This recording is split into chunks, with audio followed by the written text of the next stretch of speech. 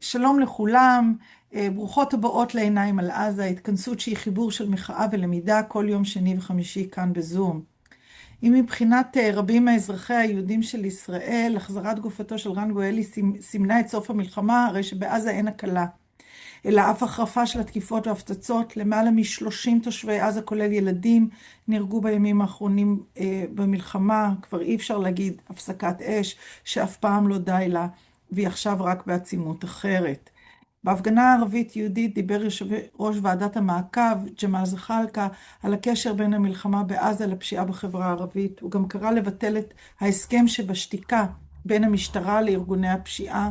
הם לא פועלים ביישובים היהודים, והמשטרה לא תפריע להם ביישובים הערבים. בהמשך הדברים האלה, אנחנו שמחות היום במיוחד לארח בעיניים על עזה את פאדי אבו יונס, תושב סכנין, פעיל חברתי ופוליטי עבור שלום ושוויון, מזכיר הוועד המרכזי של מק"י ומנחה קבוצות במרכז לחינוך הומניסטי. הוא מתמחה בהובלת קבוצות נוער בסיכון ממערכת החינוך הערבית ומנחה קבוצות דיאלוג ערביות יהודיות. פאדי היה פעיל בארגון שתי ההפגנות הגדולות בסכנין, זאת שהייתה בקיץ נגד המלחמה והג'נוסייד בעזה, וזו של שבוע שעבר נגד הפקרת החברה הפלסטינית בישראל לפשיעה. פאדי, ברוך הבא, ואנחנו מאוד שמחים לארח אותנו. כנהוג אצלנו, פאדי ידבר במשך 8 דקות, לאחר מכן אנחנו נפתח את הדיון לשאלות באמצעות הצ'אט. פאדי, הבמה שלך. טוב, תודה רבה על ההזמנה. אני מאוד שמח לפגוש אתכם. חלק מהאנשים שאני רואה במסך הם אנשים שאני מכיר, הם חברים, תמכו בהרבה מאבקים בהיותי סטודנט באוניברסיטת חיפה. את האמת, אני רוצה להתחיל מזה, כאילו הכותרת של מה שאני רוצה להגיד זה מייאוש לתקווה. אנחנו עברנו שנתיים מאוד קשות, וסכנין כמקום אחרי כאילו מה שקרה בנצרת ביותר מ-12 שנים, אז כאילו סכנין הפכה, היא תמיד הייתה מוקד, אבל הפכה למוקד שכן מקבל עליו אחריות מאוד גדולה בכל המאבקים של החברה הערבית, במיוחד בהקשר של המאבקים נגד הכיבוש והמאבק של העם הפלסטיני לשחרור לאומי. לכן אני אטען שבשנתיים 3 האחרונות סכנין הייתה על הכוונת של הממסד. חשוב לראות את מה שקורה בתוך החברה הערבית. זה משהו שהוא לא היה אחרי כאילו לפני שנת 2000, מאורעות אוקטובר. כל הנושא של הפשיעה, של הפרוטקשן, השתיקה של המשטרה, של מה שקורה בתוך החברה, זה לא היה. אני חושב שהייתה איזושהי החלטה בתוך הממסד, כן, ללכת ולעשות 2 תהליכים בתוך החברה עצמה. זה פירוק החברה דרך לתת יד חופשית לארגוני פשע ופשיעה בתוך החברה הערבית, וגם לנסות כן לתקוף את הנהגת החברה הערבית, שההנהגה הזאת לא עושה כלום למען הציבור הערבי. זה תהליך שהוא המשיך תקופה מאוד גדולה בתוך כל החברה. אני רוצה לדבר על סכנין. אנחנו לפני 2-3, העניין של יריות בתוך סכנין לא היה מורגש. כאילו זה היה פעם בוא נגיד בחודש. אנחנו הגענו למצב בסכנין בחודשים האחרונים ובחודש האחרון, שאנחנו הגענו ל6 ו5 מקרי ירי בסכנין באותה לילה, באותו יום. העניין של הרציחות ומה קורה בתוך החברה עצמה, אני חושב שמדברים על גם לפני ממשלת השינוי וגם אחרי ממשלת השינוי, או בתוך ממשלת השינוי. הייתה שם, כאילו, בתוך ממשלת שינוי היה שם איזושהי שמירה על סטטוס קוו בעניין של מספרים. אנחנו מדברים על 90 פלוס אנשים שנרצחו באותה תקופה לפני וגם בתוך אותה תקופה, אבל גם אחרי עליית הממשלה הנוכחית, בחודשיים הראשונים הקצב הוא היה אותו קצב. בגלל, אני חושב שגם בן גביר דיבר על השב"כ, שהשב"כ נותן איזשהו גב למשפחות פשע או ארגוני פשע שהם מוגנים, וגם אם אתם זוכרים, גם רוני שייח שהוא היה מפקד של משטרת ישראל גם דיבר על זה. לכן כאילו יש החלטה ממסדית שהיא ברורה לנו. מה שקרה בסכנין לפני מה שעשה עלי זבידאת, אני רוצה לציין שני דברים, שני אירועים. הייתה הפגנה לפני שבועיים, מההפגנה הגדולה בסכנין, שאנחנו הובלנו אותה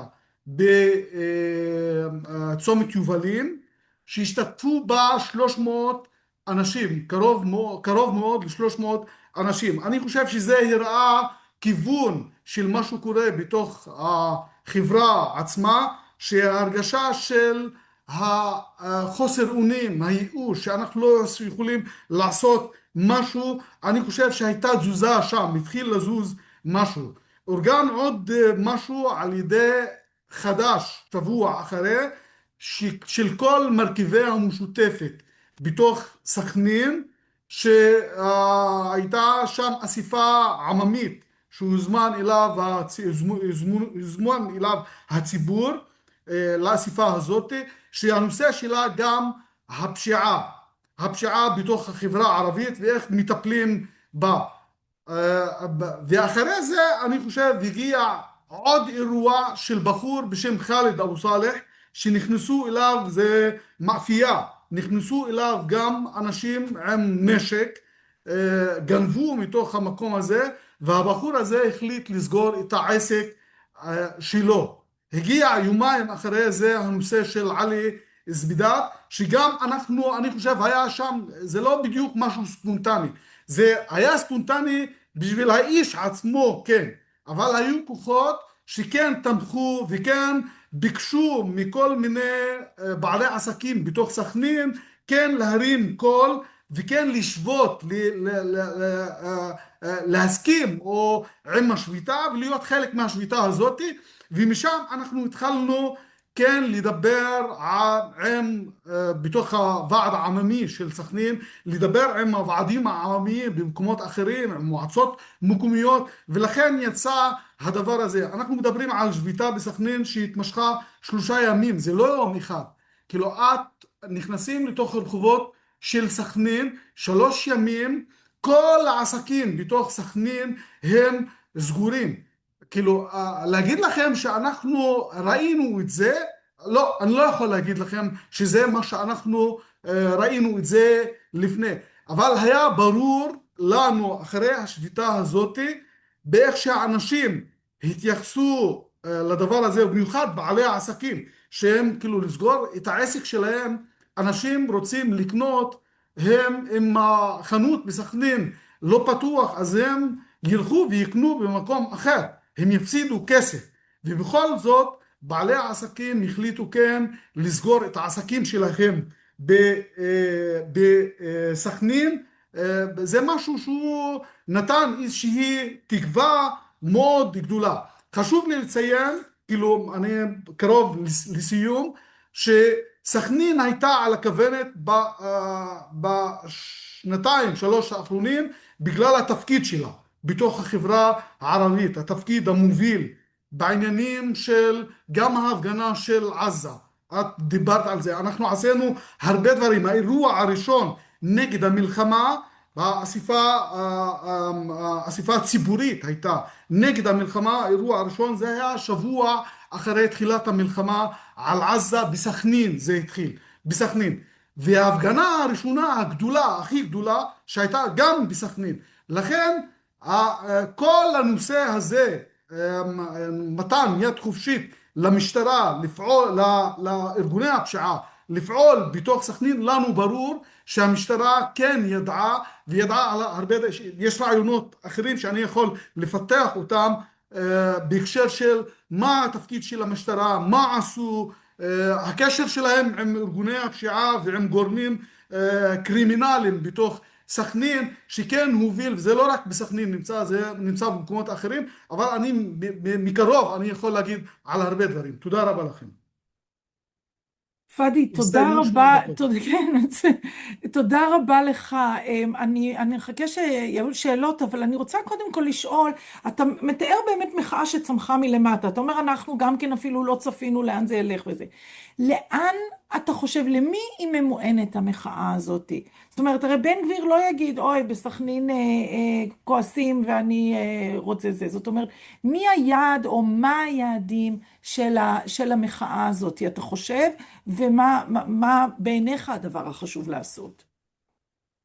זה שני דברים, זה מול הממשלה, אפילו שלוש דברים, זה מול הממשלה, זה לדבר גם לציבור היהודי, אבל בעיקר לדבר לציבור הערבי, שאנחנו יכולים לעשות דברים. אנחנו לא צריכים להיות מיואשים, אנחנו יכולים לשנות, אנחנו יכולים להשפיע על תהליכים שקורים גם בתוך החברה שלנו. ואני אומר לכם, לפחות בסכנין יש הרגשה של השפעה מסוימת. יש גורמים שהם מרגישים גם שאם הם ממשיכים להתנהל באיך שהם המשיכו, גם החברה שלנו באיזשהו מקום היא תעשה מעשים אל מול האנשים האלה. אנחנו נכון לא יכולים לטפל בארגוני פשיעה שהם גדולים כחברה, אבל אנחנו יכולים כן לדבר לאנשים האלה שמי שרוצה לראות את עצמו כחלק מהחברה הוא חייב לחזור בו מהיותו יד שהיא או כלי ביד הממשלה וביד המשטרה בפירוק החברה שלנו. אני חושב שזאת אמירה מאוד חשובה, וההפגנה של סכנין זה גם מול השלטונות, זה מאוד חשוב לנו, גם בתוך החברה עצמה, וגם לעשות את ההקשר של מה שקורה בעזה ובשטחים הכבושים בגדה המערבית ובכל המקום. המאבק שלנו אינו מנותק מהמאבק הכולל של העם הפלסטיני, כי אנחנו כמסומנים בגלל שאנחנו פלסטינים, לא בגלל שאנחנו אזרחים בתוך מדינת ישראל, בגלל שאנחנו פלסטינים שאומרים על עצמם שאנחנו פלסטינים. פאדי, יש פה שאלות לגבי הוועדות העממיות, לאלה מאיתנו שלא מכירים איך, אני גם לא מכירה איך בדיוק המבנה הפוליטי בתוך החברה הפלסטינית. אתה יכול לספר לנו קצת על הוועדות העממיות, איך הן נוצרות, איך הן פועלות? ועדות עממיות זה כמו ועדת המעקב, כאילו זה משהו, גוף שהוא מקומי, שגם המפלגות נמצאות שם, גם הנהגת היישוב עצמו נמצאת שם, היא גם חלק מהדיונים בתוך הוועדה העממית, וגם אנשים רגילים, פרטיים, שבאים ומביאים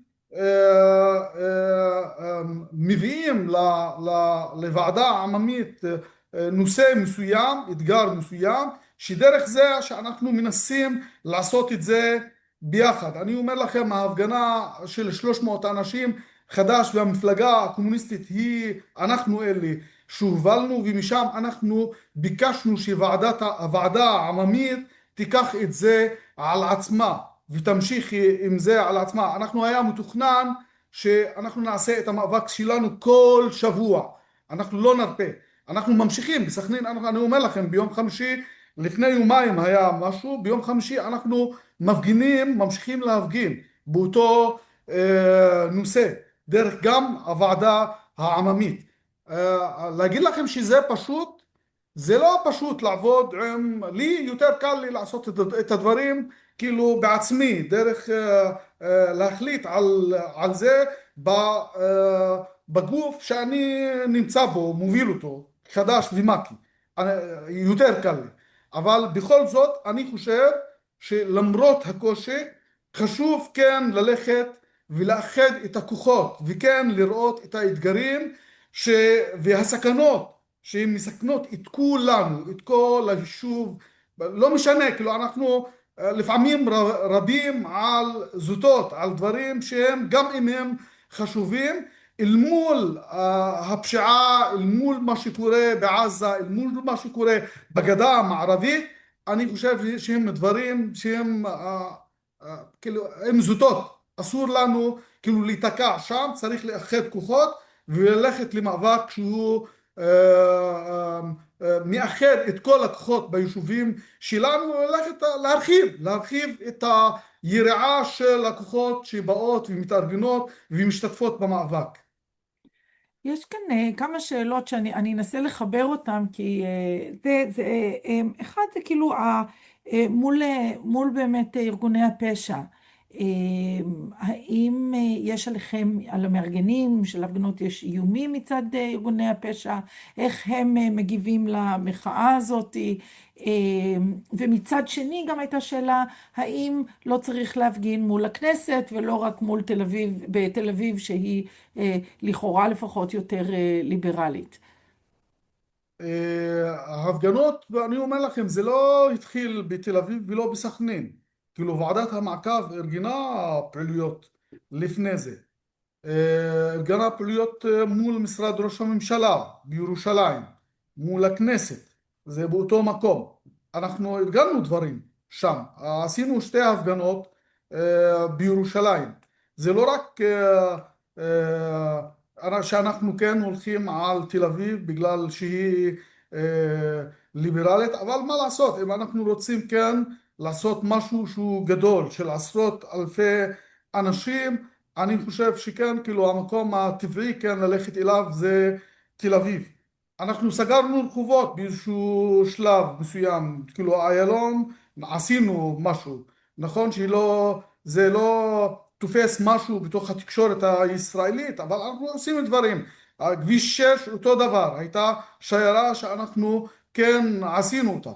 אבל הקטע של כאילו השנתיים האחרונות, כאילו אתם יודעים המצב שהיה, כאילו היה שנתיים של השתקה. אני בגלל ארגון הפגנה או ניסיון אפילו לארגן פעמיים, אני הוזמנתי לחקירות, פעם מהם אני הייתי עצור לכמה שעות על דברים, על הפגנות כאלה. דווקא שם אמרו לי, למה שאתם לא עושים משהו נגד הפשיעה, כאילו הפשיעה החוגגת, תפגינו נגד הפשיעה, למה אתם מפגינים בהקשר המלחמה על עזה?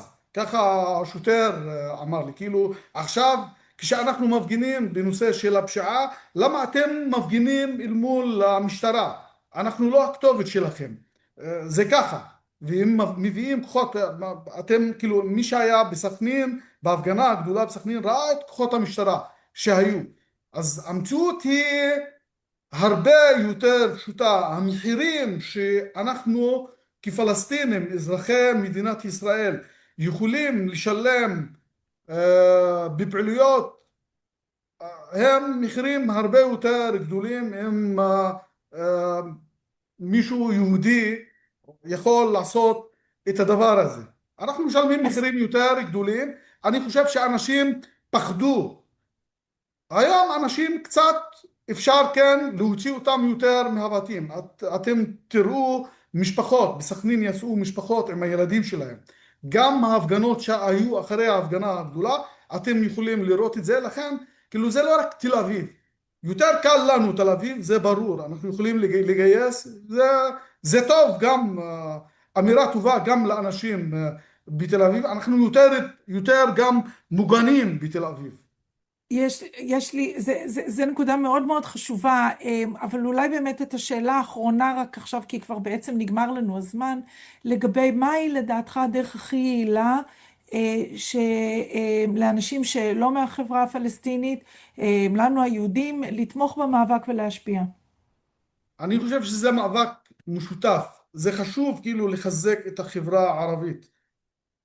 והחברה הערבית תצא בהמוניה, גם תפגין על הזכויות שלה, אבל בתוך ישראל, בתוך מדינה כאילו הערבים הם מיעוט, זאת כל המאבקים, אני חושב, כי גם הפושעים הם ערבים, זה לא רק הם לא רק יהודים, יש לנו פושעים שהם ערבים. המפגינים הם צריכים להיות גם בנושאים כאלה, הם גם בהקשר של מלחמה, גם בהקשר של מה שקורה עם החברה הערבית, זה מאבק משותף של יהודים וערבים. זה מאבק על זכויות בסיסיות, שמשהו מאוד פשוט, זכות של אנשים שאני ארגיש כשהבת שלי יוצאת למכולת, אני ארגיש בבית שהיא מוגנת. זה משהו שהוא מאוד פשוט. על מנת שכן אני אוכל להתפנות למאבקים שהם לא פחות חשובים, אפילו חשובים מאוד. זה המאבק נגד הכיבוש, זה המאבק על דיור, זה המאבק על שוויון, ואני צריך להזיז את העז הזה מהצידה, כדי כן שאני אוכל לגייס את הכוחות גם בתוך החברה שלנו כלפי הנושאים, גם האנושיים, להתפנות גם מבחינה אנושית לדברים שהם, אני חושב שהם הרבה יותר חשובים. מה שקרה בעזה, אני חושב לכן המאבק נגד הפשיעה הוא זז הצידה. אי אפשר כאילו לדבר על אנשים, בן אדם נרצח בסכנין כשאלפי אנשים ומאות אנשים נרצחים כל יום בעזה. לכן המאבק, אני אישית, זה הכוח שלי בשנתיים האלה, שם אני שמתי אותו בהקשר של עזה ומה שקרה בעזה ובשטחים הכבושים, פחות בתוך החברה שלנו. היום אנחנו צריכים לעשות את האיזון, לכן אנחנו צריכים לעשות את זה ביחד, ערבים ויהודים ביחד, להוביל מאבקים משותפים כדי שיהיה לנו גם מציאות יותר טובה ועתיד יותר טוב. פאדי, תודה רבה לך על הדברים החשובים והמרתקים האלה. ביום חמישי אנחנו נמשיך כאן את השיחה בעיניים על עזה עם דוקטור פרחי רהלון מארץ לכולם, גם כן בשעה 2 בלינק רגיל, ואנחנו נמשיך את השיחה באתגרים המשותפים שלנו והמיוחדים לחברה הערבית הפלסטינית בישראל. תודה רבה פאדי. תודה רבה, תודה רבה. קובי, אני אוהב אותך. תודה רבה, פאדי. תודה, תודה לכם.